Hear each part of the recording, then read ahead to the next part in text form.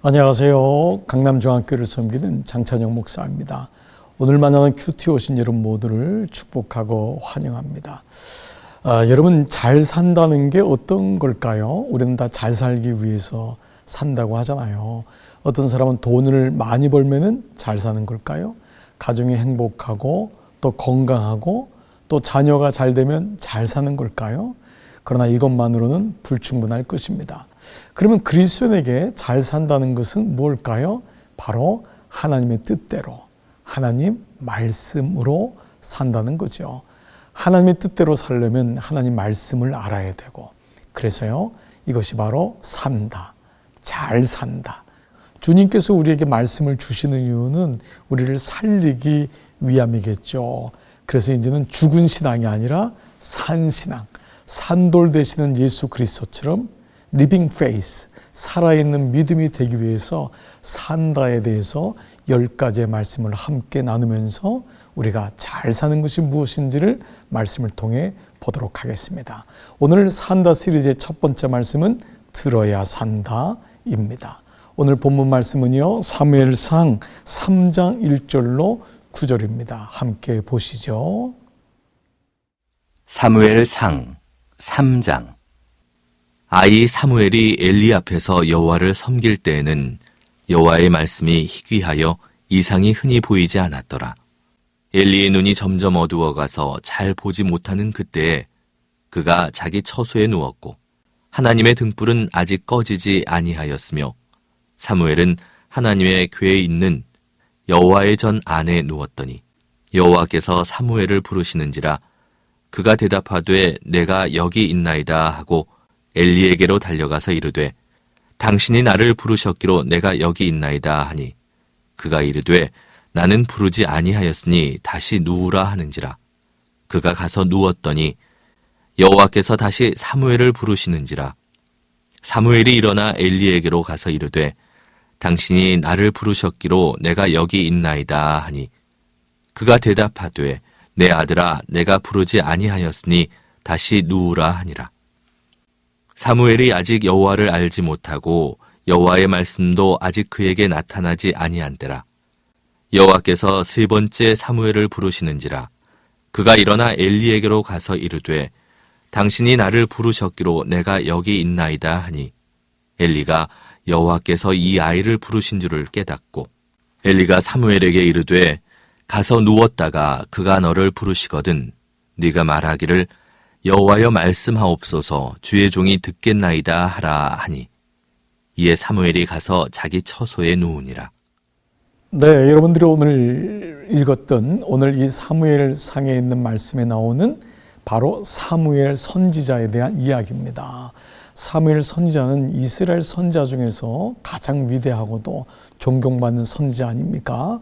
그런데 이 사무엘의 어린 시절의 말씀이 오늘 말씀입니다. 자, 보통 우리는 어떤 사람에 대해서 그 사람의 믿음이 있는가 어떠한가를 얘기할 때 뭐 많이 배웠냐? 그 사람이 어느 계통이냐? 어느 집안이 어떤 사람이냐? 그런데 오늘 말씀은요, 사무엘에 대해서 그는 잘 듣는 사람이었다. 이것이 바로 오늘의 첫 번째 말씀입니다. 여러분 읽었듯이 사무엘이 성전에 있을 때에 그 당시 말씀이 희귀하여 들리지 않았다고 했어요. 엘리 제사장 때인데 그때가 바로 사사 시대거든요. 사사는 다 자기 소견에 옳은 대로 살았다 그랬잖아요. 그러니까 말씀이 안 들리는 거예요. 그게 바로 엘리 시대였고 말씀이 희귀하여 이상이 없고 들리지 않는 시대에 사무엘, 어린 사무엘이 등장하는데 그 사무엘이 말씀이 듣는 과정, 그에게 말씀이 들리는 과정이 오늘 말씀입니다. 첫 번째, 잘 들으려면요, 어떤 훈련을 해야 되냐면 존중하는 훈련입니다. 어린 사무엘은 하나님 말씀을 잘 모를 수 있었지만 그는 엘리가 듣지 못하였지만 여전히 엘리는 자기에게 스승이었잖아요. 먼저 우리 마음속에 하나님을 향해서도 마찬가지고 사람을 향해서도 마찬가지입니다. 상대를 배려하고 존중하는 훈련은 우리로 하여금 하나님의 말씀을 듣게 합니다. 예배는 엎드린다는 뜻을 가지고 있거든요. 그건 뭐죠? 주님의 음성을 듣겠습니다.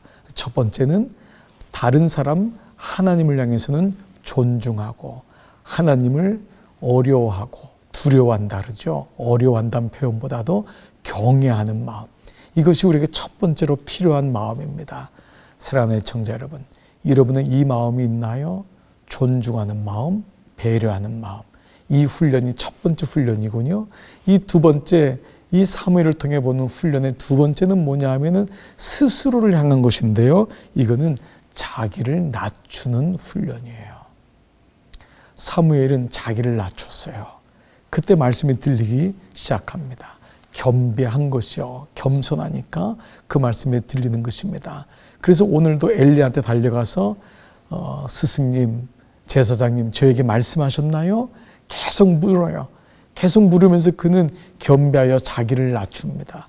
그게 순종이라는 말이잖아요. 그러니까 이 순종이란 말인데 이 순종이란 단어가 이 헬라어로요 아주 재밌는 의미가 있어요. 휘포 아쿠오란 말인데요. 휘포가 밑에서, 아쿠오가 듣다라는 말이거든요. 그러니까 순종이 뭐냐 하면 밑에서 듣는다. 그때 들린다는 거예요. 그래서 오늘 마지막 말씀에 엘리가 이런 사무엘에게 뭐라고 하냐면 여호와여 말씀하옵소서 주의 종이 듣겠나이다 하라 하니. 바로 이 메시지가 오늘에게 주시는 메시지입니다. 사랑하는 오늘 만나는 큐티 시청자 여러분, 오늘 우리 함께 고백했으면 좋겠어요. 하나님, 제게 말씀해 주세요. 제가 듣겠나이다. 이것이 바로 첫 번째 산다 시리즈의 살 수 있는 비결입니다. 여러분은 잘 듣고 있습니까? 잘 들리십니까? 오늘도 이 듣는 은혜를 가지고 주님 앞에 주님을 경외하고 나 자신은 낮추면서 하나님 말씀을 따라가는 이런 모두 되시기를 주의 이름으로 축복합니다.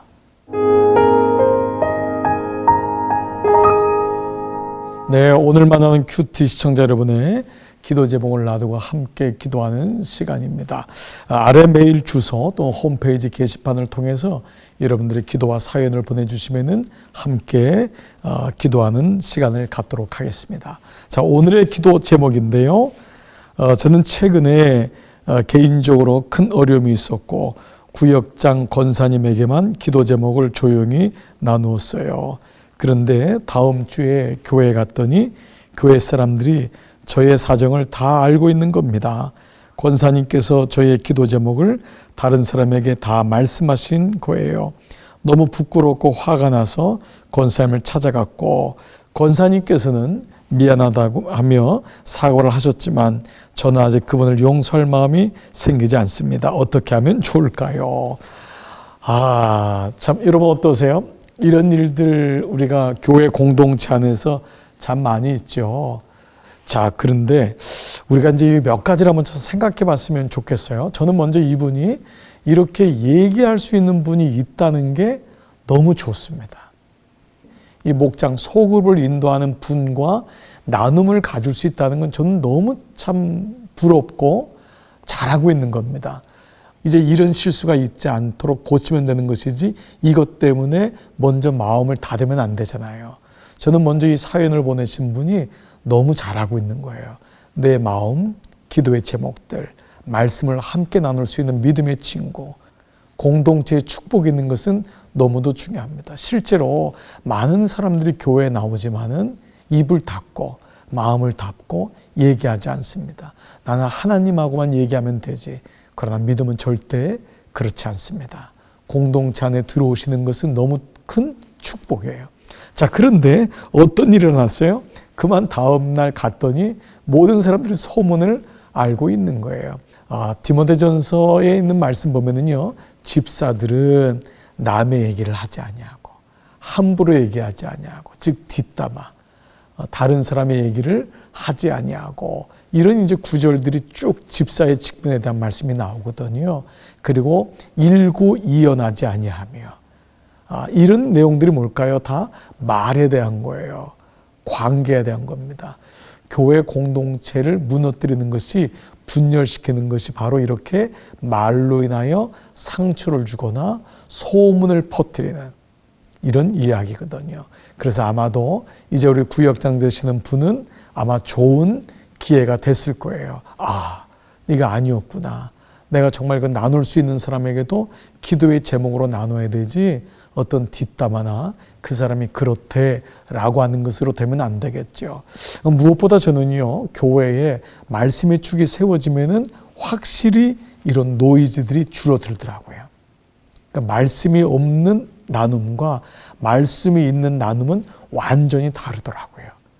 꼭 저는 부탁하고 여러분들에게 또 이 말씀을 가지고 같이 권면하기는 꼭 말씀이 그 나눔 속에 함께 있기를 먼저 기도드려요. 그럼 세 번째 오늘 말씀은요, 용서할 마음이 생기지 않습니다. 정말 그럴 수 있습니다. 그런데 이거는 용서 차원보다도 이해하는 마음으로 권사님의 마음을 이해하고, 그리고요, 용서는 한번 이렇게 텁썩 손 한번 잡아보세요. 그게 어려웠어요. 그래요. 그럼 한번 웃어주는 거예요. 그래서 오늘 사연 보내신 분 용기를 내셔서 이렇게 기도의 제목도 나누는 권사님이니까 권사님한테 가셔서, 권사님 나 속상했어요. 왜 그랬어요? 나 언니처럼 믿고 다 얘기했는데. 그러면 권사님도 너무 미안해하고 내가 정말 그렇지 않을게 기도할게 라면서 마음이 풀어질 거예요. 그러면 공동체는 더 단단해지고 아름다워지고 우리 자매님을 통하여서도 이런 은혜가 있게 될 줄 믿습니다.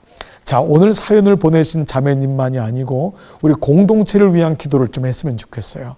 하나님, 우리 공동체에 은혜의 말이 오가고, 그리고 내가 들었던 기도의 나눔은 그 사람과의 관계에서만, 하나님과의 관계에서만 나눠지게 해달라고, 그리고 우리 공동체가 말씀이 축이 되는 그런 공동체가 돼서 은혜의 말만 있게 해달라고. 어떻습니까? 함께 기도하지 않겠습니까? 같이 기도하겠습니다.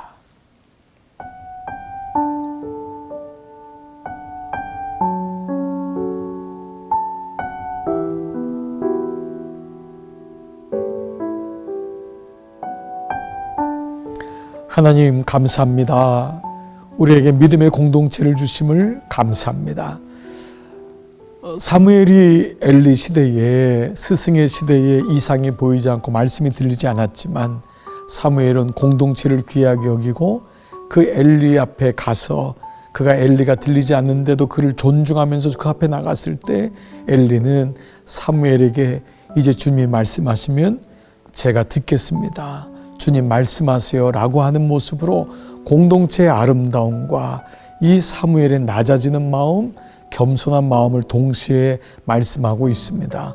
우리가 살아가면서 때로 인간의 관계 속에, 교우들 관계 속에 어려움이 있고 또 갈등이 있을 때 우리가 서로를 존중하고 낮아지는 마음 잃지 말게 하시고, 오늘도 사연을 보내신 이 분처럼 오늘 그 교회 안에 말씀이 축이 되어서 말씀이 들려지고 그 말씀을 하나님과의 관계에서, 그리고 두 분과의 관계에서 기도하는 아름다운 일들이 날마다 있게 하여 주옵소서.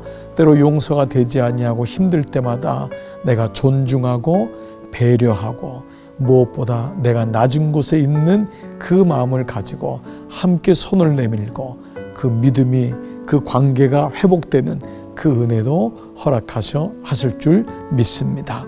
오늘 한 날도 이 말씀 가지고 살아가는 오늘 만나는 큐티 우리 모든 애청자 되기를 간절히 원하오며 예수 그리스도의 이름으로 기도드리옵나이다. 아멘.